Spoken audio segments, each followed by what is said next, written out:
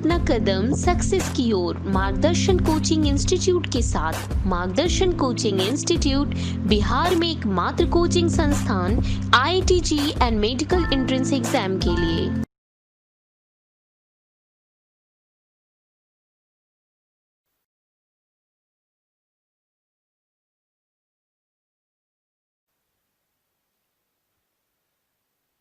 Good afternoon all students.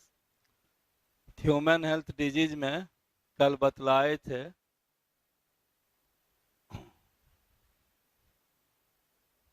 उसमें शायद dependence withdrawal syndrome ये सब बतला दिए थे। अब हेल्थ एंड डिजीज का जो आपको अभी तक नहीं पढ़ाए हैं, इम्यूनिटी, इस नाम से तो काफ़ी परिचित हो। इम्यूनिटी अब है कि इम्यूनिटी क्या है। इम्यूनिटी जो है, it is ability of the individual to resist itself from invading pathogens like bacteria, virus, protozoans, protozoans, fungi, etc. Right? यानी इम्यूनिटी क्या है? यह हमारे शरीर की पैथोजेन के प्रति प्रतिरोधक क्षमता है। इसीलिए इम्यूनिटी को डिजीज रेसिस्टेंस भी कहते हैं। इम्यूनिटी को क्या कहा जाता है? डिजीज रेसिस्टेंस, यानी रोग प्रतिरोधी। इम्यूनिटी क्या हो गया? It is the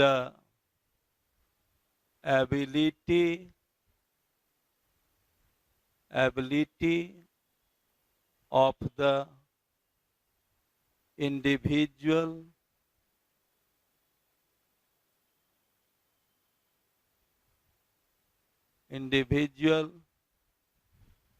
to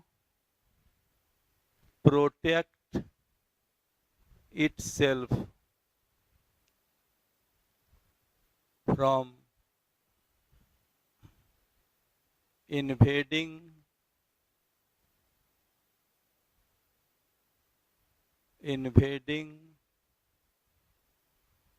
pathogens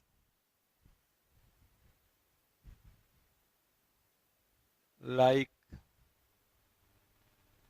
bacteria, virus, etc. Right? So immunity also called as disease resistant. So immunity also called as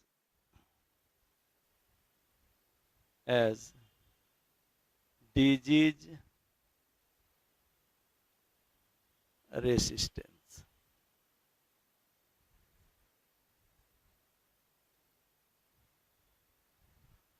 यानी रोग प्रतिरोधी क्षमता को क्या कहा गया? इम्यूनिटी। तो बायोलॉजी की जो ब्रांच जिसमें इम्यूनिटी का स्टडी किया जाए उसको क्या कहिएगा? इम्यूनोलॉजी।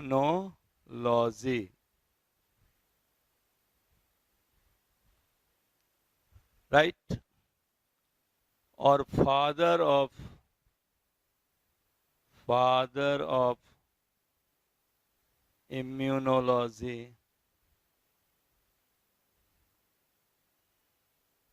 किसको कहा जाता है? Edward Jenner.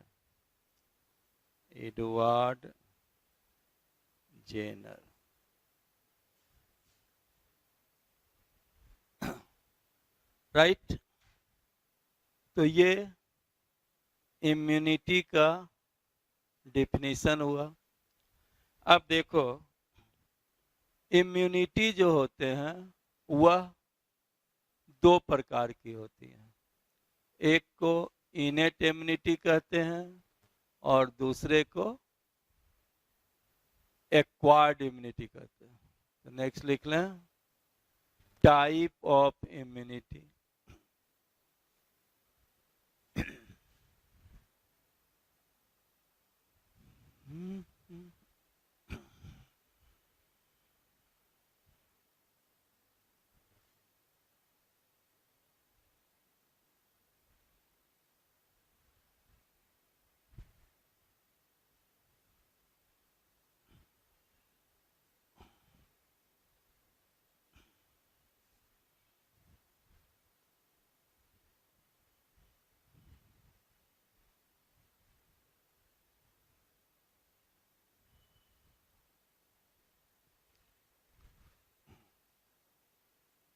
टाइप ऑफ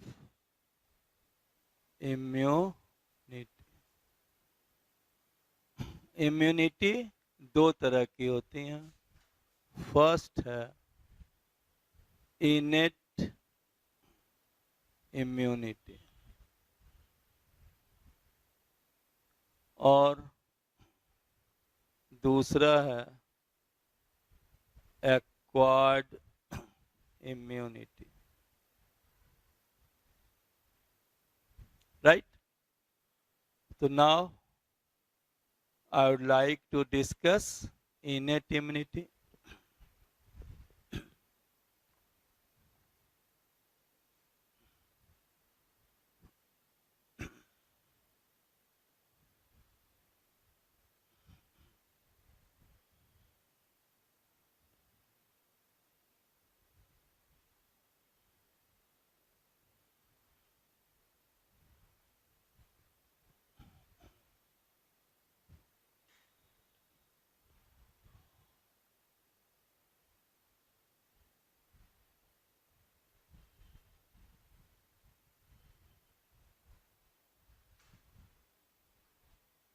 अब है इनेट इम्यूनिटी। इसको कई नाम से जाना जाता है। ये जन्म से ही यह इम्यूनिटी बॉडी में वर्तमान रहती है, इसलिए इसको इन बॉर्न इम्यूनिटी भी कहते हैं। इन बॉर्न इम्यूनिटी तो नेचुरली है कि यह इम्यूनिटी माता पिता से ऑफ स्प्रिंग में ट्रांसमिट होती हैं, इसलिए इसको जेनेटिकल इम्यूनिटी भी कहेंगे।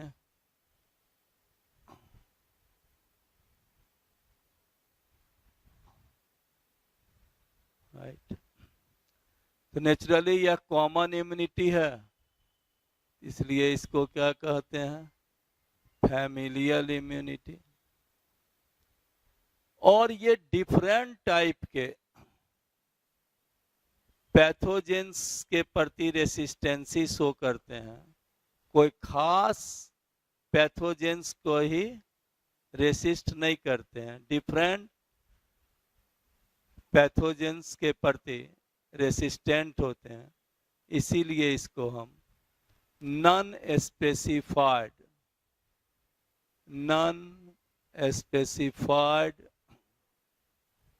इम्यूनिटी भी कहते हैं।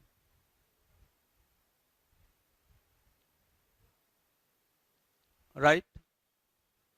अब इस सारा डिप समझाए, नॉन स्पेसिफाइड क्यों हुआ, जेनेटिकल क्यों कहलाया, इनबॉर्न क्यों हुआ। अब इस इम्यूनिटी का ऑब्जेक्टिव्स क्या है? इनेट इम्यूनिटी का अर्थ है कि पैथोजेंस को बॉडी के अंदर इंटर ही नहीं करने दिया जाए। नहीं पैथोजेन तो आप तो समझ रहे हो, डिजीज कॉजिंग ऑर्गेनिज्म। ना पैथोजेन बॉडी के अंदर इन करेगा, ना कोई मनुष्य या दूसरा वर्टिब्रेट किसी बीमारी से सफरर होंगे। तो पहला इसका ऑब्जेक्टिव क्या हुआ, prevent the entry of pathogen, या लिख रहे हैं एंटीजन, आगे समझाएंगे एंटीजन को। तो prevent the entry of pathogen या antigen into the body, body में जाने से ही रोक दिया जाए।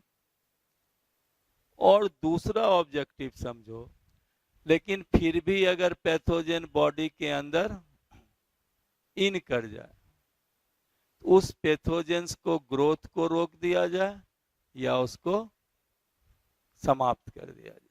Right? If pathogens enter into body,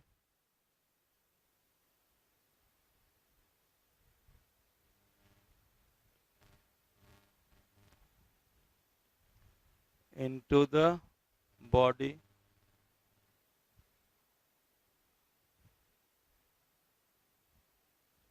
its growth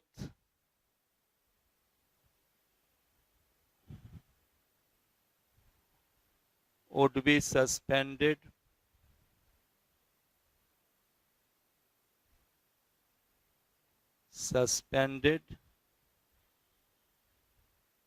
or it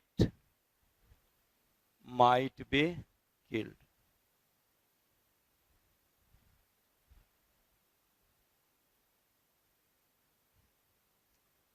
right? इस तरह से innate immunity first line of defence और सेकेंड लाइन ऑफ डिफेंस को मेंटेन करता। Right? thus the innate immunity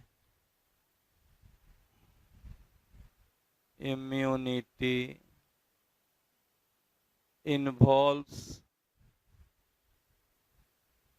first and second line of defense. Thus, innate immunity involves first and second line of defense. तो ये हम आपको innate immunity की objectives बतलाए। और ये जैसे डिफेंस का 3 लाइन है, first line, second line, third line. तो थर्ड लाइन डिफेंस के लिए रिस्पॉन्सिबल है जो दूसरा इम्यूनिटी है, एक्वायर्ड इम्यूनिटी। और फर्स्ट लाइन और सेकंड लाइन ऑफ डिफेंस के लिए कौन है? Innate immunity. राइट? अब ये दोनों ऑब्जेक्टिव्स या फर्स्ट लाइन और सेकंड लाइन ऑफ डिफेंस को इनेट इम्यूनिटी कैसे प्रमोट करता है?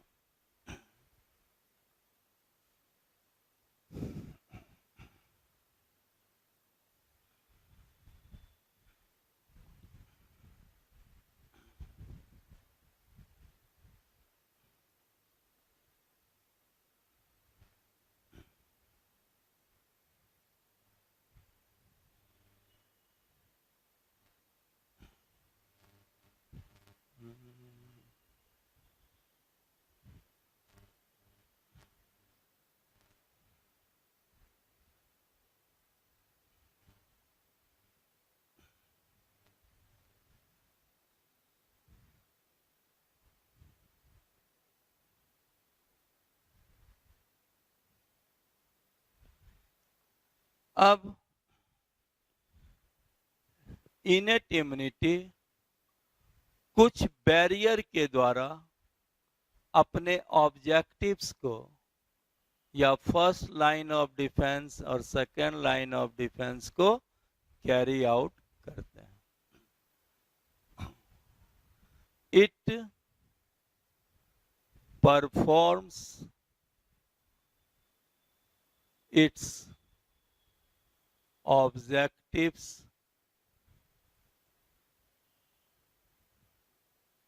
by following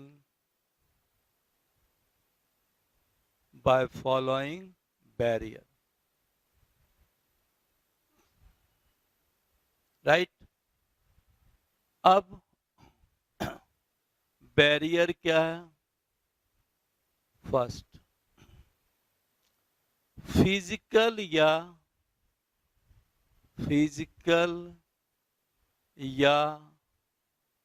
anatomical barrier. Physical या एनाटॉमिकल बैरियर, यह बैरियर पैथोजेन के इंट्रेंस को रोकता है। जैसे एग्जाम्पल स्किन, राइट? जानते ही हो स्किन है, कोई भी पैथोजेंस को शरीर में इंटर करने से स्किन क्या है? रोकता है। ये क्या हो गया? फिजिकल या एनाटॉमिकल बैरियर। दूसरा, नेजल हेयर। 11th में रिस्पिरेटरी सिस्टम में पढ़ाए थे कि वेस्टिब्यूल्स में नेजल हेयर रहते हैं, जो भी डस्ट पार्टिकल पैथोजेन को इन करने से रोकता। नेक्स्ट, सीलिया। पूरा नेजल ट्रैक्ट या रिस्पिरेटरी ट्रैक्ट में पढ़ाए थे, सीलिया रहता है। सीलियरी बीटिंग के कारण जो भी डस्ट पार्टिकल या पैथोजेंस हैं, म्यूकस में इंटेंगल होने के बाद उसको ट्रैकिया में नहीं भेज के फेरिंग्स से होकर के फेरिंग्स रीजन में पास करता है, जो या तो स्पिटिंग के द्वारा बाहर फेंक दिया जाता है या स्वेलोड इनटू द स्टोमक, या वो स्टोमक में चले जाते हैं लेकिन लंग्स में नहीं जा पाते हैं। तो ये हो गया cilia. Next, mucous membrane. Digestive tract हो, रिस्पिरेटरी ट्रैक्ट हो, यूरिनोजेनाइटल ट्रैक्ट हो, सभी इंटरनली किससे लाइन रहता? म्यूकस मेम्ब्रेन से। पढ़ाए भी थे, मान लो स्टोमक ही है, स्टोमक में बतलाए थे सबसे बाहरी लेयर क्या होता? सिरोसा। सिरोसा के बाद क्या होता है? Muscular layer. मस्कुलर लेयर के बाद सब म्यूकोसा, और सब म्यूकोसा के बाद ही क्या है? म्यूकोसा लेयर या म्यूकस मेम्ब्रेन, राइट? और ये क्या हुआ? स्टोमक की कैविटी। अब तो कोई बैक्टीरिया ये फूड के द्वारा ये कैविटी में आया और ये इन करना चाहेगा, तो म्यूकस मेम्ब्रेन क्या है? इसको इन करने से रोक देता है। इस तरह से म्यूकस मेम्ब्रेन भी क्या हुआ? पैथोजेंस को के इंट्रेंस को रोकता है, राइट? तो ये सब क्या हुआ? फिजिकल या एनाटॉमिकल बैरियर। कोई डाउट? अब दूसरा है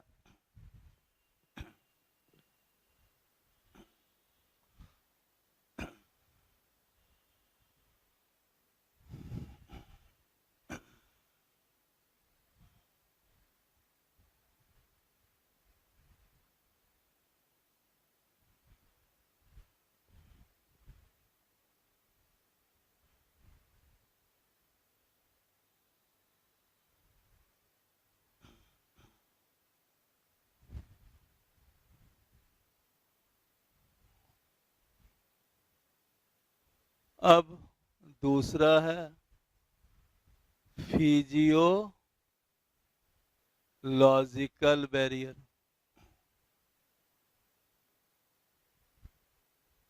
फिजियोलॉजिकल बैरियर। फिजियोलॉजिकल बैरियर्स में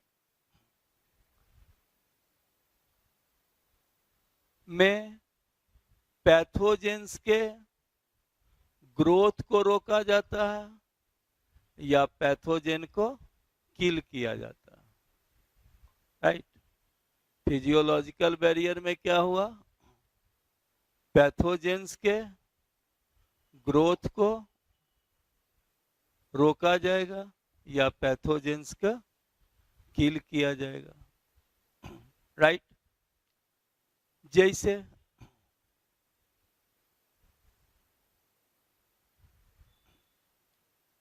friendly micro organism, friendly micro organism,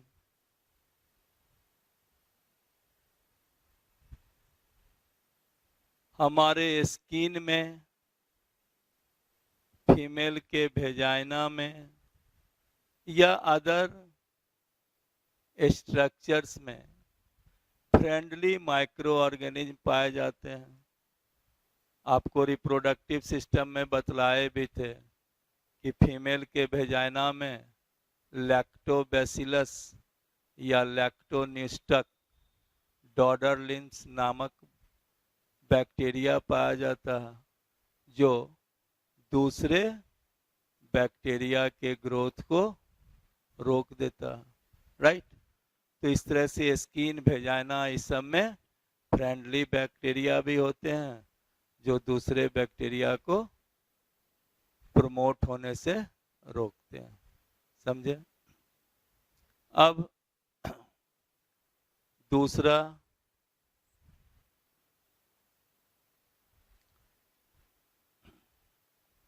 लिखें, लो पीएच। जैसे तुम जानते हो कि स्टोमक है, राइट। स्टोमक के ऑक्जेंटिक सेल से किसका सेक्रीशन होता है, HCl का।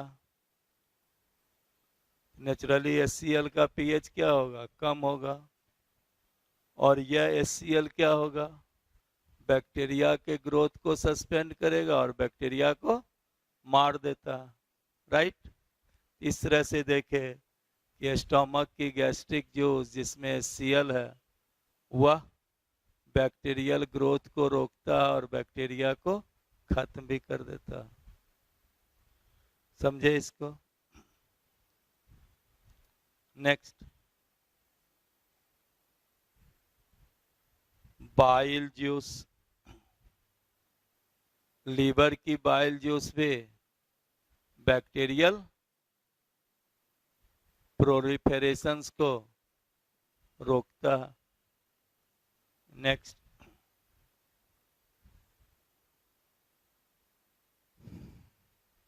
तुम ये भी जानते हो कि सलाइवा में हो, आंख के आंसू हो, टीयर हो, ये सब में लाइसोजाइम पाया जाता है और यह लाइसोजाइम क्या करता है, बैक्टीरिया के प्लाज्मा मेम्ब्रेन को रप्चर कर देगा जिससे बैक्टीरिया मर जाता।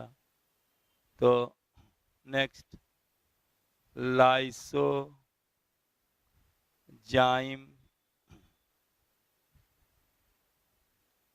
इन saliva, tear,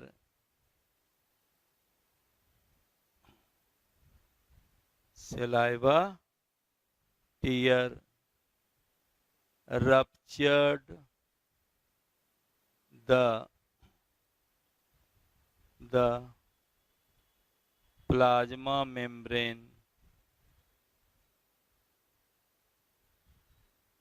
membrane of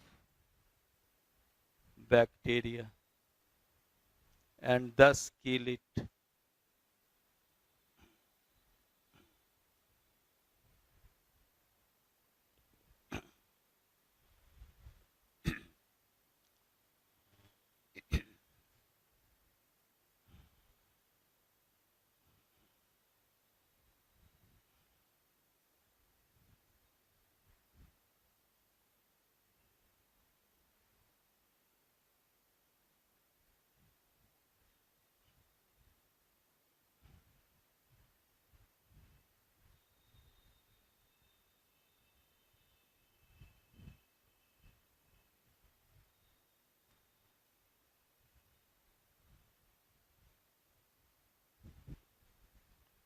next, अब देखो ध्यान में है, डी है, की है, जो भी है उसके बाद का सीक्वेंस लिख रहे हैं। अब इसी तरह से तुमको पढ़ाए होंगे कि एक्सटर्नल ईयर्स में पिन्ना आता है, एक्सटर्नल ऑडिटरी मीटर्स आता है, इसमें एक ग्लैंड होता है जिसको सेरियोमिनस ग्लैंड कहते हैं या वैक्स ग्लैंड कहते हैं। तो ये सेरियोमिनस ग्लैंड या वैक्स ग्लैंड भी क्या करता है, बैक्टीरिया को ट्रैप करता है, उसके ग्रोथ को रोकता है, उसको खत्म कर देता है। नेक्स्ट लिख दें, सेरोमिनस ग्लैंड इन एक्सटर्नल ईयर इसको रिलीज करता है, सेरोमिन यानी वैक्स को, जो बैक्टीरिया को ट्रैप करके ग्रोथ को रोकता है और उसे नष्ट कर डालता है। Right. Next,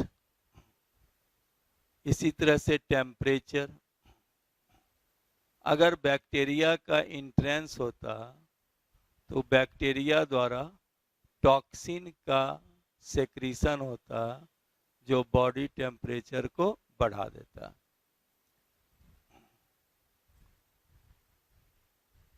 body temperature increased due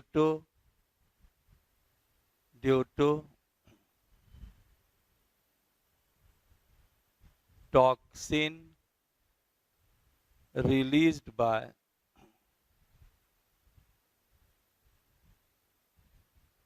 due to toxin released by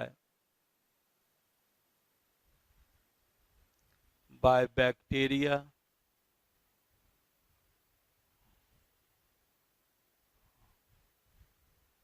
pyroxene released by leucocyte. तो जब बैक्टीरिया का इंट्रेंस होता तो कुछ बैक्टीरिया के द्वारा टॉक्सिन रिलीज होता जो बॉडी टेम्परेचर को बढ़ा देता।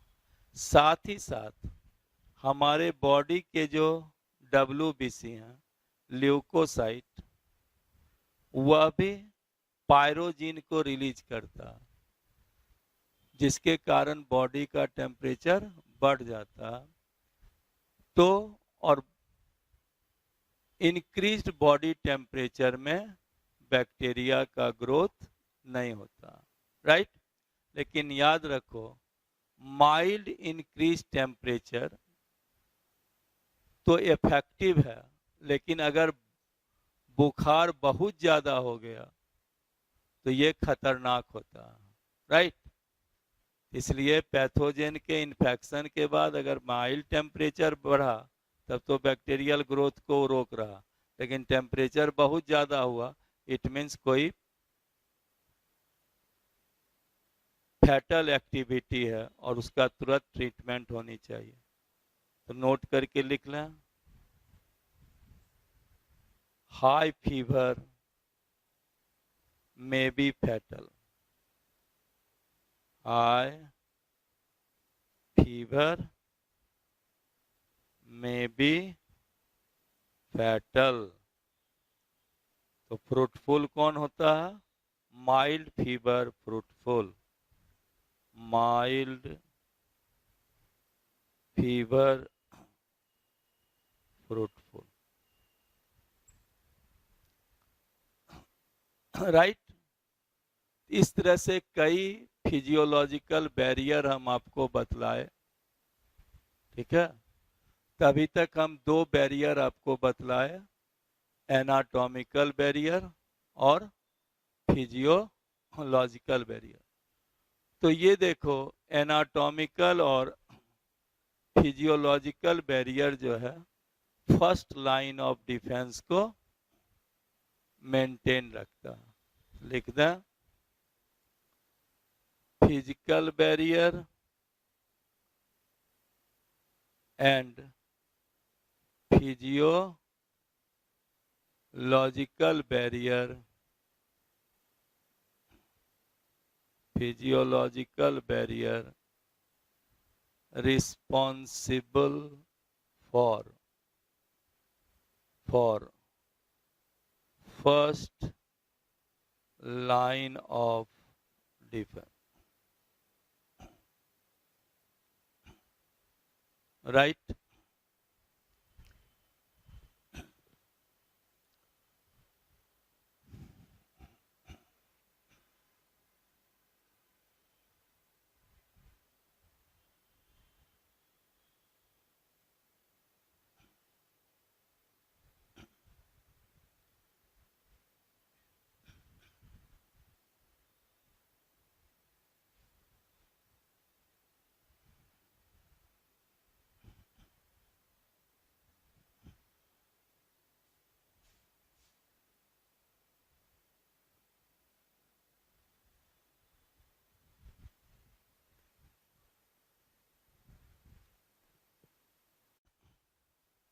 तीसरा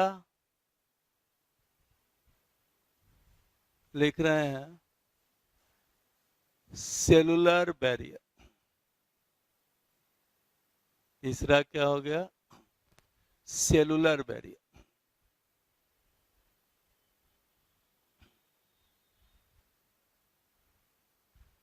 तो cellular barriers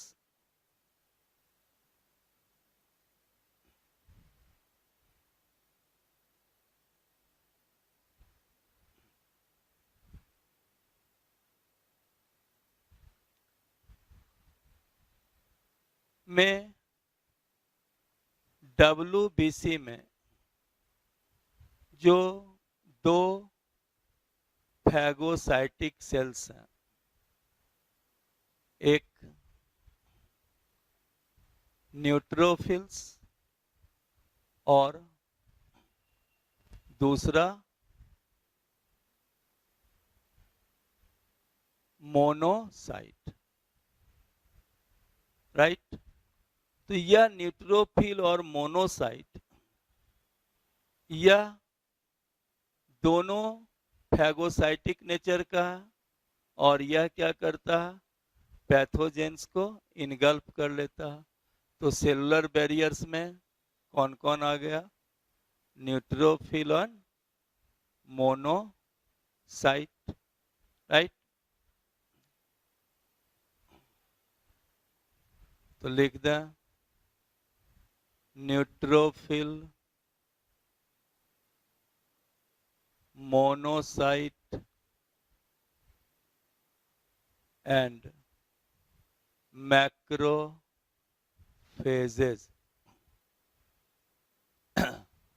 neutrophil, monocytes and macrophages. एक मिनट। अब न्यूट्रोफिल तुम जानते हो कि इसकी न्यूक्लियस कई लोब में बटी होती हैं, इसीलिए न्यूट्रोफिल को क्या कहते हैं? PMNL, पॉलीमॉर्फो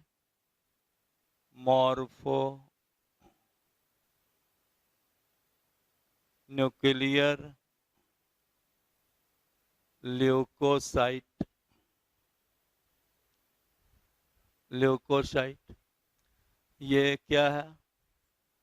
इसका परसेंटेज अब लिखाएंगे नहीं, बोल रहे हैं कितना होता है? 60 to 65%, सबसे ज्यादा यही है। ये क्या है? Phagocytic in nature, sciatic in nature, इसीलिए इसको क्या कहते हो? ये लेकिन साइज में छोटा है, इसको क्या कहेंगे?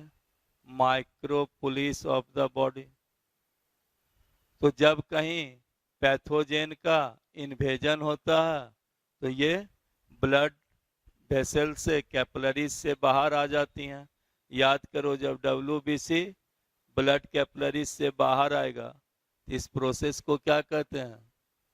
ये न्यूट्रोफिल जो बाहर आता है, इस प्रोसेस को क्या कहते हैं? Diapedesis, coming out of neutrophils from the blood capillaries, that is the diapedesis. तो डायपीडेसिस के द्वारा ये बाहर आकर के और पैथोजेंस को खत्म करती हैं। दूसरा, मोनोसाइट। तुम जानते हो कि ये सबसे लार्जेस्ट साइज WBC है, या कह सकते हो लार्जेस्ट साइज ब्लड सेल्स है, जिसका न्यूक्लियस जो है एक ही लोब का बना होता। तो मोनोसाइट क्या हुआ? लार्जेस्ट साइज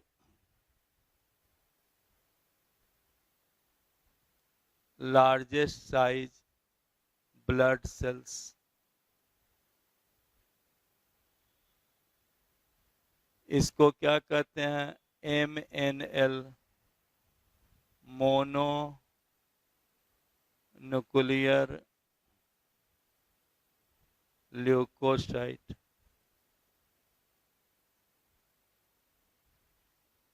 ये भी क्या है? Phagocytic in nature, phagocytic in nature. और इसका नाम, इसको क्या कहते हैं? न्यूट्रोफिल को माइक्रोपुलिस, इसको क्या कहेंगे? Macro police of the body, of the body, right. यही मोनोसाइट्स बाहर आकर के इन्फेक्टेड एरिया में मैक्रोफेजेज में बदल जाती हैं। यानी मैक्रोफेजेज का भी फॉर्मेशन किससे होता? मोनोसाइट से। तो नेक्स्ट अब लिख रहे हैं macrophages.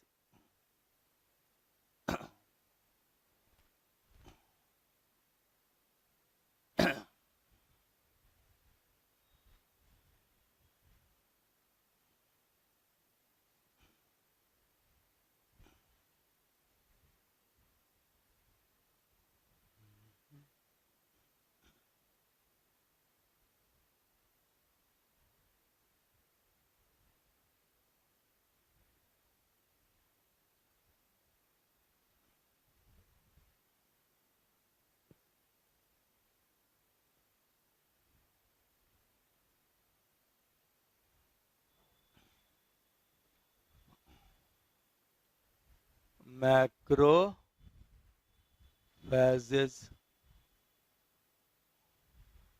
developed from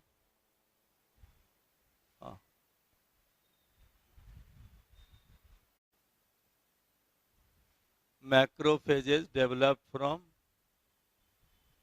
monocyte।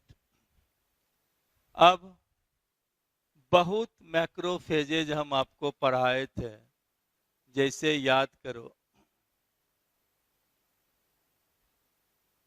Connective tissue जब पढ़ा रहे थे, उसी में एरियोलर कनेक्टिव टिश्यू, राइट, उसमें भी फिब्रोब्लास्ट, एडिपोज सेल्स, हिस्टियोसाइट और मैक्रोफेजेज, राइट। तो वह भी, तो एग्जाम्पल इसका लिख दें, हिस्टियोसाइट, या इसी का दूसरा नाम क्लेज़मेटोसाइट, राइट। ये सब कहाँ मिल रहा है बोलो? Loose connective tissue. दूसरा,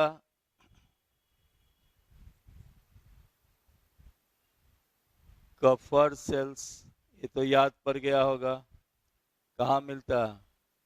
कुपर सेल्स, लीवर में। ये सब क्या है बोलो? फैगोसाइटिक नेचर, किसी को भी पैथोजेन को खा जाएगा। तीसरा एल्व्यूलाई में बतलाए थे मैक्रोफेजेज सेल्स का नाम क्या है? Dust cells, dust cell, right. Next, kidney में मैक्रोफेजेज सेल्स को क्या कहते हैं? डस्ट सेल, ब्रैकेट में लिख दें एल्व्यूलाई ऑफ लंग्स। नेक्स्ट, चौथा मीजन गिलियल सेल, सेल कहां पर? किडनी। नेक्स्ट, ऑस्टियोक्लास्ट, ऑस्टियोक्लास्ट बोलो कहाँ मिलता है? बोन में, bone, right. Next,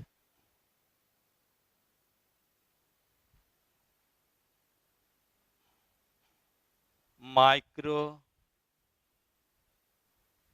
sciatic cells कहाँ मिलते हैं? Nervous tissue, nervous tissue. इस तरह से हम आपको मोस्टली मैक्रोफेजेज का एक तरह से लिस्ट ही बतला दिए। आप कार्टिलेज की जो मैक्रोफेजेज हैं उसको क्या कहते हो? Chondroclast, right. तो ये सब देखते हो जो मैक्रोफेजेज हैं, ये भी सभी क्या हैं? Phagocytic in nature, right. अब तुमको एक ही सीक्वेंस याद रखना है, हिस्टियोसाइट कहाँ है? Connective tissue, Kupffer cells liver, dust cell alveoli of lungs, mesangial glia kidney, osteoclast bone, microcytic cell nervous tissue, right. तो सेलुलर बैरियर में कौन कौन हो गया? न्यूट्रोफिल, मोनोसाइट और मैक्रोफेजेज। एक, अब दूसरा लिख रहे हैं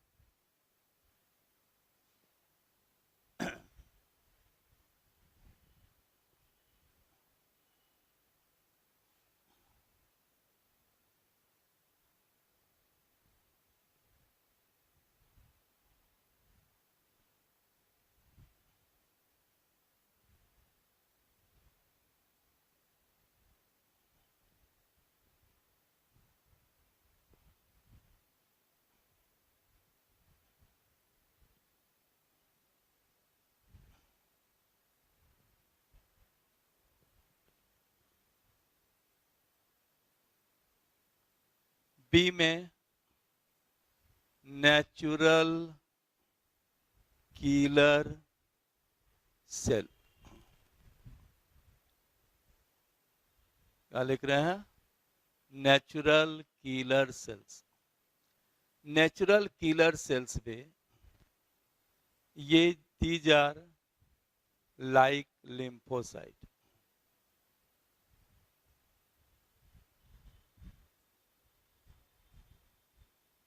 these are like the lymphocyte।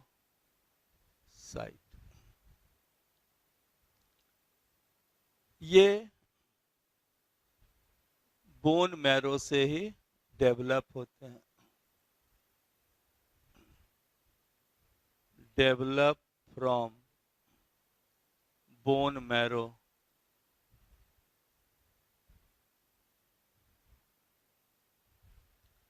Develop from bone marrow.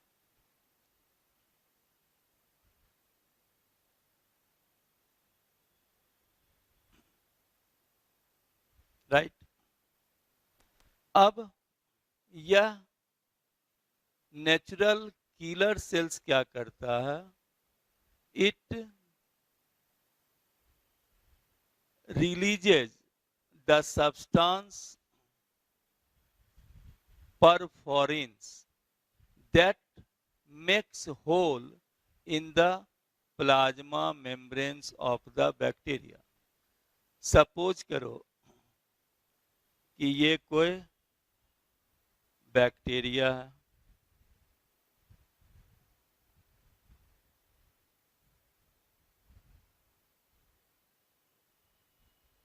Suppose कीजिए कि यह बैक्टीरिया है,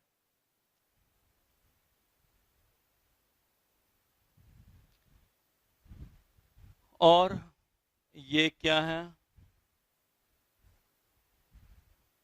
नेचुरल किलर सेल्स, जिसको NK सेल कहते हैं, राइट। ये क्या हुआ, NK सेल। अब ये रिलीज क्या करेगा, परफोरिन्स को। रिलीज क्या किया, परफोरिन्स को। ये परफोरिन्स क्या करेगा, इसके प्लाज्मा मेम्ब्रेन्स में होल बना देगा। नेचुरल किलर सेल किसको रिलीज किया, परफोरिन को। परफोरिन क्या करेगा, जो पैथोजेंस हैं उसके प्लाज्मा मेम्ब्रेन में होल बना देगा। जब होल बन गया, अब इस होल के द्वारा जो वाटर है, इस होल के द्वारा वाटर क्या होगा, इसके अंदर इन करने लगेगा, राइट। जिसके कारण क्या होगा, बैक्टीरिया फट जाएंगे, राइट, रप्चर्ड। समझे। इस तरह से नेचुरल किलर सेल खुद बैक्टीरिया को इनगल्फ नहीं किया, फैगोसाइटिक नेचर का नहीं है, लेकिन परफोरिन रिलीज करके बैक्टीरिया के प्लाज्मा मेम्ब्रेन्स में होल बना दिया। उस होल के द्वारा वाटर का इंट्रेंस हुआ, इतना पानी भर गया कि बैक्टीरिया फट के खत्म हो गया। यही रोल किसका हो गया, नेचुरल किलर सेल। बहुत ही इंपॉर्टेंट है, ये एनसीईआरटी में नाम दिए हुए हैं, तुमको हम पूरा फंक्शन समझाए। तो नेचुरल, ये तो आप समझ गए होंगे, अब इसका हम डिफाइन करके लिखा दें।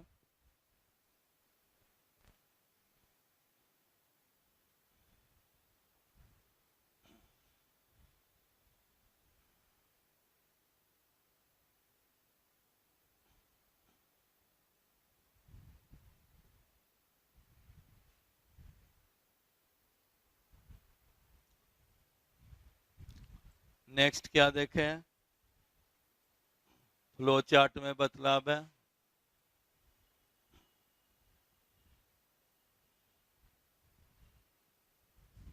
एनके सेल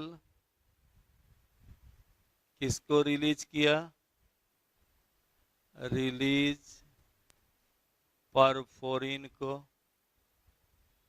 परफोरिन को। परफोरिन क्या किया, makes hole in the plasma membrane of bacteria, right, makes hole in the plasma membrane of bacteria। और इस होल के द्वारा क्या हुआ बोलो, वाटर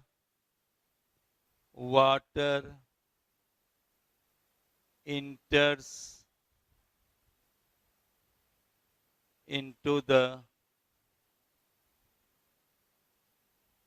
bacteria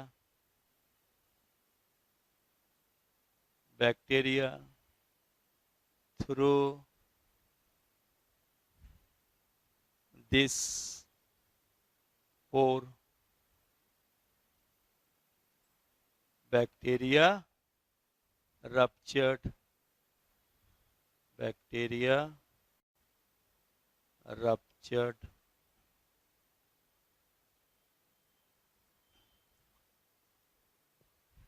तो ये सेलुलर बैरियर आपको समझाए। अब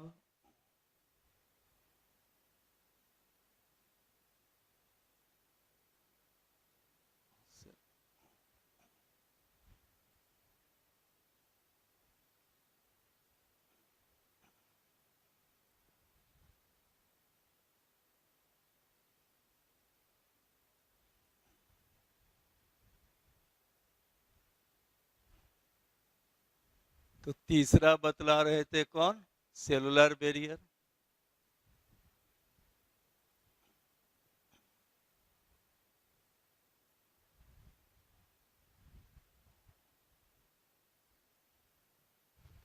अब चौथा inflammatory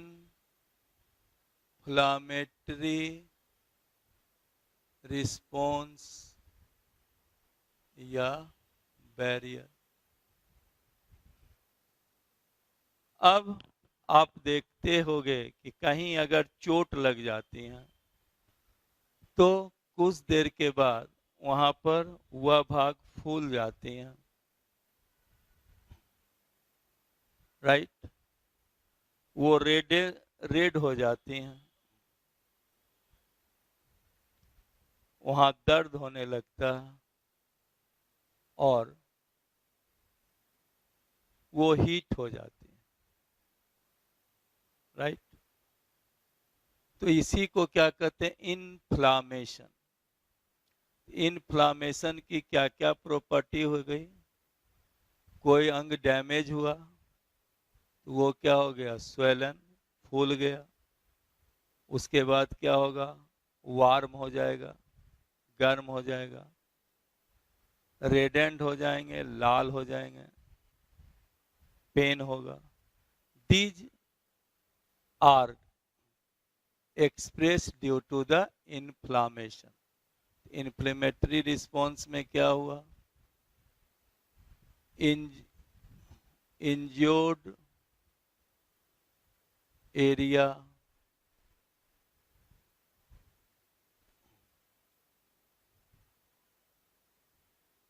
shows inflammatory response marked by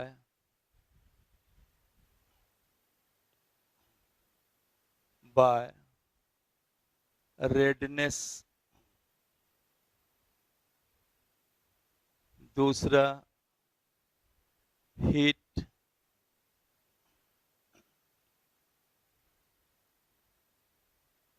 तीसरा स्वेलन और चौथा पेन।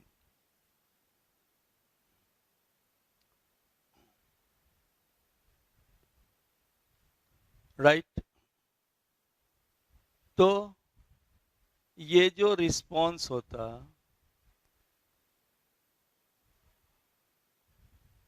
ये किसके कारण? तो कई बार समझाए हैं आप लोग को कि ब्लड में बेसोफिल सेल्स और टिश्यू में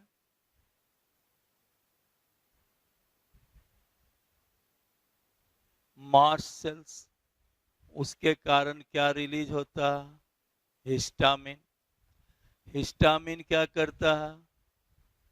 ब्लड वेसल के डायमीटर को बढ़ा देगा, उसकी परमिएबिलिटी ब्लड कैपिलरीज की बढ़ जाती है, जिससे प्लाज्मा फ्लूइड क्या होते हैं? टिश्यू फ्लूइड्स में जमा होने लगती हैं और वहाँ का टिश्यू क्या होता है? फूल जाता है। तो ये अब लिखा नहीं रहे हैं। तो केवल ये it occurs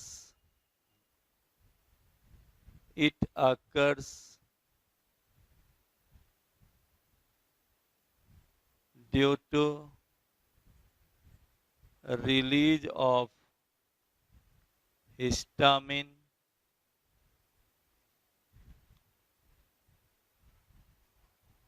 by mast cell,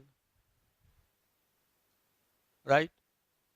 अब इन्फ्लामेटरी रिस्पॉन्स का आखिर क्या बेनिफिट हुआ? इसका मेन बेनिफिट हुआ, अब देखो हीट होगा, कोई भी चीज हीट होंगे, अगर टिश्यू में वार्म अप ज़्यादा टेम्परेचर थोड़ा बढ़ेगा, उस कंडीशन में क्या होगा? बैक्टीरियल ग्रोथ नहीं होंगे। तो ये इन्फ्लामेटरी रिस्पॉन्स क्या हुआ? बैक्टीरियल ग्रोथ को रोकता है, राइट। और जब ये रोकेगा तथा मैक्रोफेज उसको क्या करेगा? खत्म भी कर देगा। इस तरह से helpful in the elimination of pathogens, right. और साथ ही साथ क्या करेगा? पूरा ब्लड फ्लूइड्स आया तो रिपेयरिंग को भी क्या करेगा? मेंटेन करता है। तो अलग से लिखा दें 10 inflammatory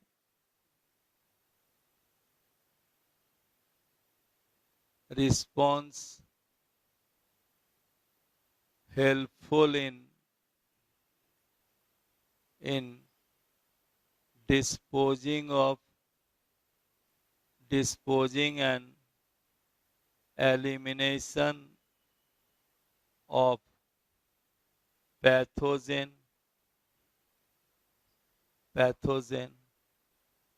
and also helpful in repairing of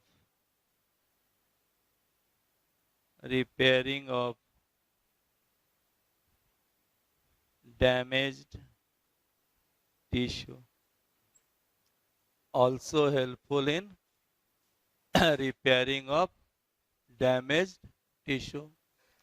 इस तरह से फोर्थ बैरियर हम आपको समझाए, वो क्या था? Inflammatory response. अब नेक्स्ट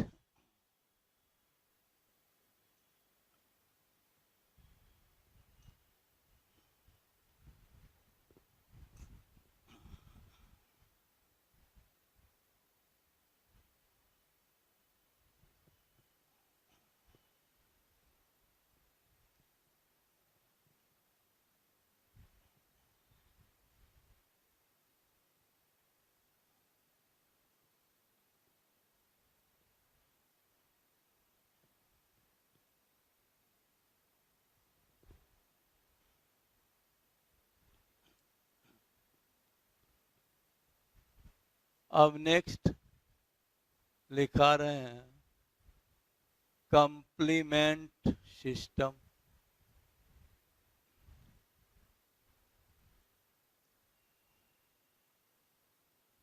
राइट। यह कंप्लीमेंट सिस्टम जो है, it includes about 30 serum protein. Complement system क्या है? 30 सेरम प्रोटीन का बना होता है। तो कंसिस्ट ऑफ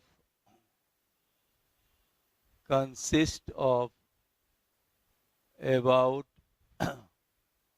30 serum protein।